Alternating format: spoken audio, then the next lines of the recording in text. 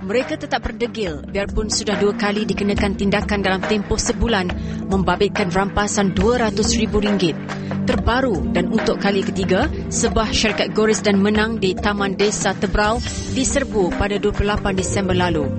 Premis 2 tingkat ini sudah diintip anggota penguatkuasa Kementerian Perdagangan Dalam Negeri dan Hal Ehwal Pengguna Johor sejak seminggu sebelum diserbu. Malah ketika kru 999 menyertai serbuan ini mendapati 2 pelanggan terperangkap dan tidak dibenarkan keluar dari premis mereka yang sentiasa berkunci dari dalam. Please open the door. Okay? Please open the door. Before anything happens, open the door. Bagaimanapun selepas campur tangan dari anggota penguatkuasa KPDN HEP, barulah kedua-duanya dapat dibebaskan.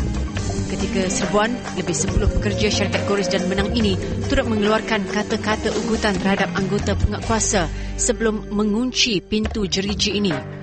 10 minit kemudian, lampu di kedua-dua tingkat premis syarikat ini dimatikan. Sehubungan itu, bantuan anggota polis turut dipanggil berikutan tindakan agresif beberapa kakitangan syarikat ini. Okey. Siapa tong soal? Buka lampu, duduk semua. Duduk. Sidang. Namun, ketika bantuan sokongan tiba diketuai penolong pengarah penguatkuasa KPDN HEP, P. Ramesh, setengah jam kemudian, arahan untuk membuka pintu tidak diendahkan. Pihak berkuasa kemudiannya memecah masuk ke dalam premis dan menemui hanya 4 pekerja sahaja yang tinggal di tingkat 2. Pemeriksaan kemudian menemui slip Goris dan Menang yang turut mempunyai kod rahsia yang dicetak kecil bagi mengaburi mangsa penipuan mereka. Fail ini pula membuktikan ramai yang sudah menjadi mangsa, manakala permainan ini jelas menunjukkan aktiviti mereka. Sementara itu, arahan membuka premis di tingkat 1 bukan sahaja dilengahkan, malah 3 pekerja syarikat ini turut bertindak agresif biarpun dengan kehadiran anggota polis. Hanya selepas dipecahkan, rahsia di sebalik pintu ini berjaya dibongkar. Di sinilah tempat penyimpanan barangan Goris dan Menang yang ditawarkan kepada mangsa dengan dakwaan bernilai lebih tinggi yang juga merupakan tempat persembunyian kaki tangan jualan yang rata-rata berusia belasan tahun. Ketua Penguatkuasa KPDN HEP Johor Fahmi Kasim berkata, 3 pekerja syarikat ditahan kerana menghalang anggota penguatkuasa menjalankan tugas.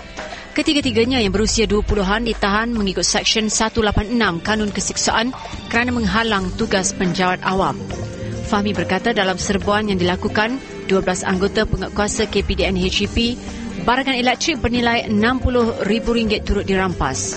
Selain tidak mematuhi peraturan perniagaan jualan langsung, syarikat ini juga didapati terlibat secara meluas dalam kegiatan Goris dan Menang serta melakukan kesalahan menawarkan harga murah tanpa notis yang dikeluarkan KPDN HEP.